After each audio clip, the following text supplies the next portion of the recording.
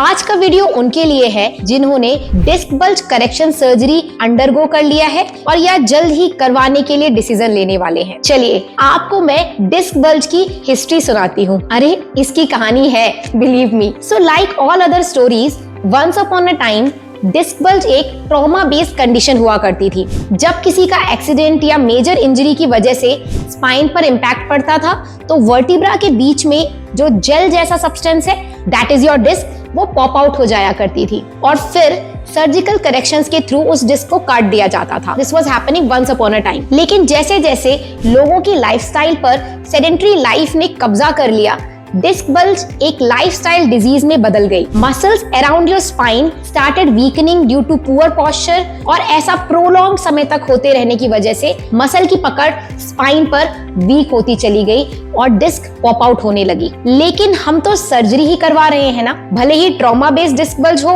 या lifestyle disc bulge, क्या difference है? तो अब आई मुद्दे की बात। तो ध्यान दीजिए, ट्रॉमा बेस्ड डिस्क बल्ज में आपके स्पाइन सराउंडिंग मसल्स अभी भी स्ट्रॉन्ग हैं। It was an external impact which caused the disc bulge. That's why surgery के बाद आपकी already strong muscles will jump into action and they will be able to hold your spine optimally. On the other hand, lifestyle disc bulge scenario में आपकी spine surrounding muscles already weak है। Remember, they are the reason the disc popped out actually, क्योंकि muscles spine को support नहीं कर पा रही थी। इस केस में जब आप सर्जरी करवाते हैं, आपकी मसल्स उस रेक्टिफाइड डिस्क को सपोर्ट नहीं कर पाती। Weakness will lead to multiple disc bulge and any amount of skilled surgery will not be able to benefit you. तो क्या करें?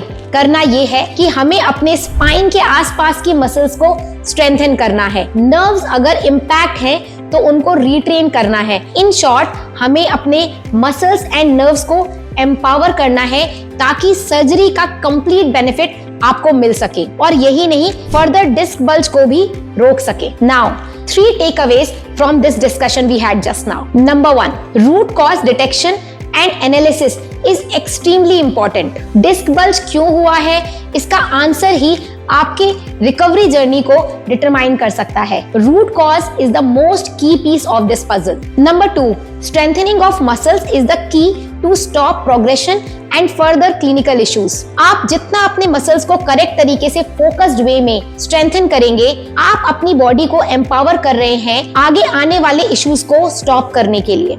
Number 3, nerve retraining will seal the deal for complete recovery. Disc bulge के cases में nerves impact होती हैं and nerves की tendency है कि ये रिट्रेन तो हो जाती हैं बट रीजनरेट नहीं। So after a successful surgery, even if the nerve is now free, nerve retraining बहुत इंपॉर्टेंट है so that weakness, motor and gross skills impact को ठीक किया जा सके। Book a free consultation with us to get to know your root cause and start your complete recovery journey with us to reap full benefits of skill and successful surgery. Do not live with pain. Thanks for listening. Do like and share the video to the ones you care for.